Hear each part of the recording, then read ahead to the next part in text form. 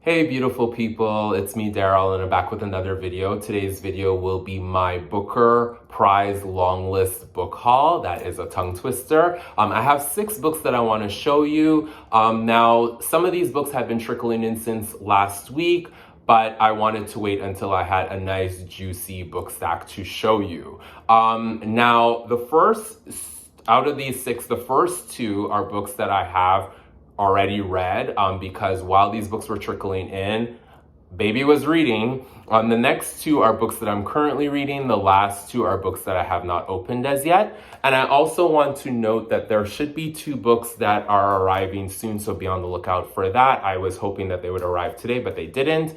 And that is How to Build a Boat by Elaine Feeney and also Pearl by Sean Hughes or Shean Hughes or Cian Hughes. I'm not sure how you pronounce that name. Whoops.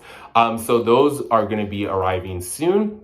And I also want to let you know, though, that I did already read If I Survive You by Jonathan Escoffery, but I read that last year, and it doesn't really fit the vibe of this video because this video is supposed to be all about the new hauls. So how about we get into it? So the first book I want to show you is Western Lane by Chetna Maru. Now, I have completed this. I will do a review on this in a future video, but this is not the time for this. This is just to sort of give you like a kind of brief synopsis to just maybe perhaps get you interested. So this book is about a young girl who is 11 years old and she's mourning the death of her mother.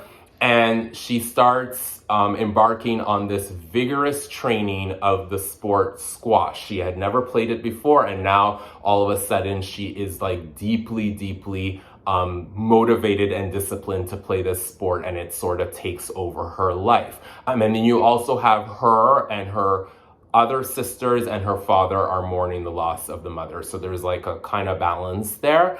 When I first saw this book on the long list and I read what it was about, I wasn't drawn to it, to be quite honest with you, but now that I've read it, I can be able to say though that I absolutely love this, but I will tell you in a future video a little bit more about it and what it was that I adored about it.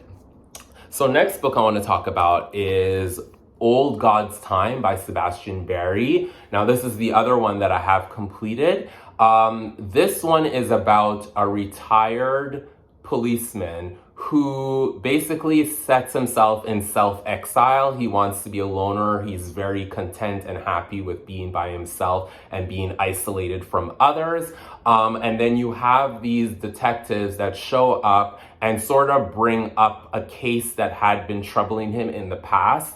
And it's sort of like brings it back into his present now, and you have him a little bit rattled because he's never been able to get over this case. Very stream of consciousness writing, so if that's not your thing, perhaps you might want to steer clear, but I love this one as well. I will get into it a little further of like what it was that I adored about this book, but yeah, just wanted to give you a little synopsis of what this one's about. But yeah, if this does sound good, trust me, like it's a delicious book. Might be very interesting and enticing. Next book I want to talk about is Study for Obedience by Sarah Bernstein. Now, this is one of the books I'm currently reading, and I actually have just about 50 pages left. It's really not a big book. This one is really quite interesting, this synopsis. It's strange, and I don't think I've really read anything like this before. So we follow this woman who basically has been trained to be obedient. Like her family, since she was small, has trained her to become obedient and docile and basically like follow everything that they say without having thoughts of your own. So we do follow this sort of narrator, and it's a bit creepy, and sometimes it's a bit disheartening as well, like, and heavy, because you're in the mind of somebody who thinks like this all the time.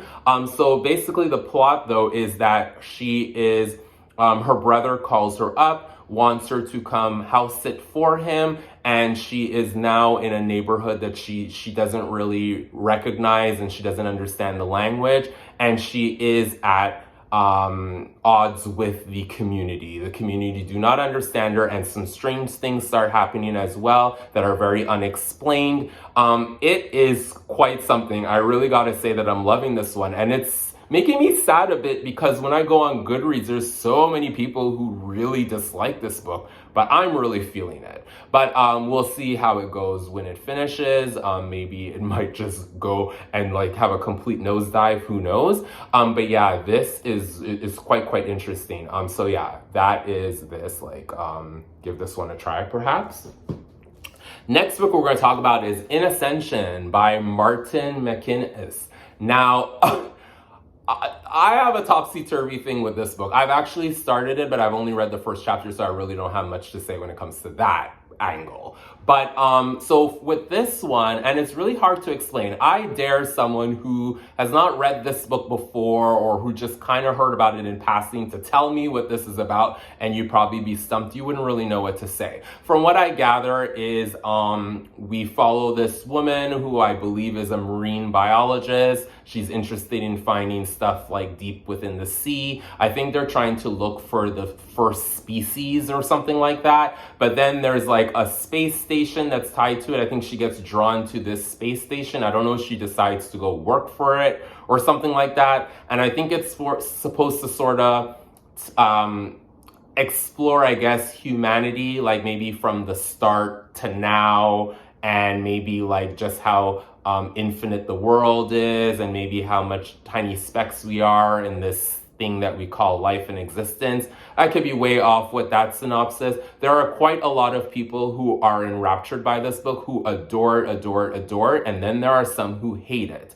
Now, before this was longlisted, I had like zero interest in reading this book, but then Nell reviewed this on Instagram, and she's the only person who managed to make me want to read the book. And then shortly after that, it was longlisted, but I had already I send out my order from the UK. So yeah, so it was inevitable. I was gonna read it, and I told her I'm gonna read it because of what you said, but now it's definitely gonna be sooner rather than later because it is longlisted. And so far, the first chapter is quite good. I'm intrigued. Have no idea where this is going to end up going, and I have no idea if I'm going to love it in the end. But yeah, that is In Ascension by Martin McInnes. This might be one of the books on the long list that most people have heard of because it is splashed all over Bookstagram. So next book we're going to talk about is A Spell of Good Things by Ayobami Adebayo. I mean, I'm so bad at pronouncing this name. I've seen it so much times. So Ayobami Adebayo. Sorry about that. So I have a book from this author, Stay With Me, is it? Yeah, Stay With Me, and I have not read it as yet. So this was a book, though, I actually was going to start this book, but then In Ascension showed up, and I was like, you know what, I'll go with In Ascension first. But this one is basically, I think, I don't want to say it's tropey because I don't want to go down that path, but I think the young man that we read about in this book is like from a poor family and is struggling. I think his father just lost his job, and then the young woman that's in this book comes from a wealthy family, and I think she becomes a doctor or something like that. And then I think there's supposed to be some politician who has an interest in the young boy. I'm not sure if he has an interest, like maybe a political angle where, you know, looking after the poor. I don't know if it's that, but he has an interest in the young man, and I think this is supposed to throw the young man and the young woman together, like their stories are supposed to interact eventually. So yeah, and it takes place in Nigeria as well. So yeah, it does sound very interesting. I've heard great things about this author, so I'm very curious. I've always wanted to read Stay With Me, like it's just there collecting dust. So it's gonna be kind of cool and very exciting that I can finally say that I'll be able to read this author, because this book is longlisted, so I'm gonna get to this one soon. Don't really have much more to say about it than that, and I don't really know much more about the plot than what I said. And lastly, we're gonna talk about is This Other Eden by, wow, I'm bad at the author's names, by Paul Harding.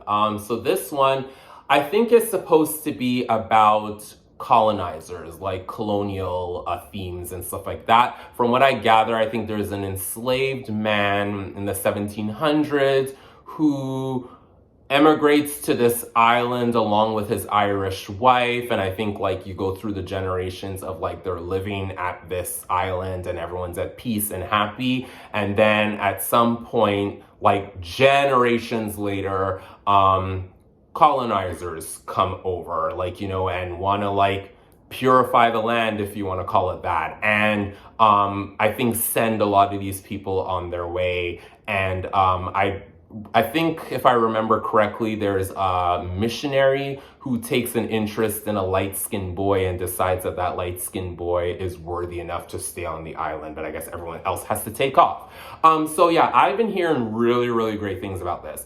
There's a Goodreads group that I follow where they, you know, talk about a lot of the Booker books and stuff like that, and this one seems to be taking off. Apparently the language is amazing, the story is amazing, the themes are amazing, so I'm really, really excited to get to this one. And like I'm chomping at the bit. And since I'm reading 2 books at the same time, maybe I might throw in a third, because I mean, this is me. It's kind of weird that I'm just reading 2, right? So I might get to this one really, really soon. But overall, like, I just want to talk really quickly about the long list in general. I'm actually very excited about this long list. Most of the books I hadn't heard of. Most of the books sound interesting. Like, there aren't really any duds, at least from my point of view. They just sound really, really like excellent reads, or interesting reads, or at least intriguing reads.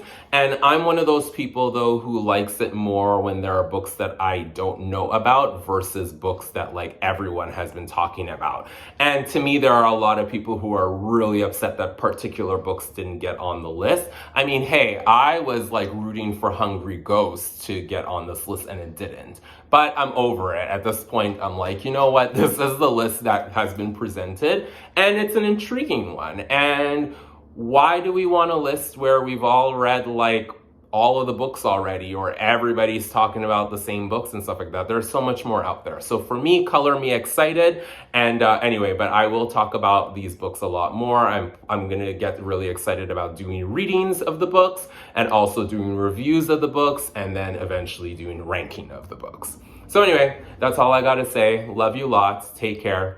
Smooches. Bye.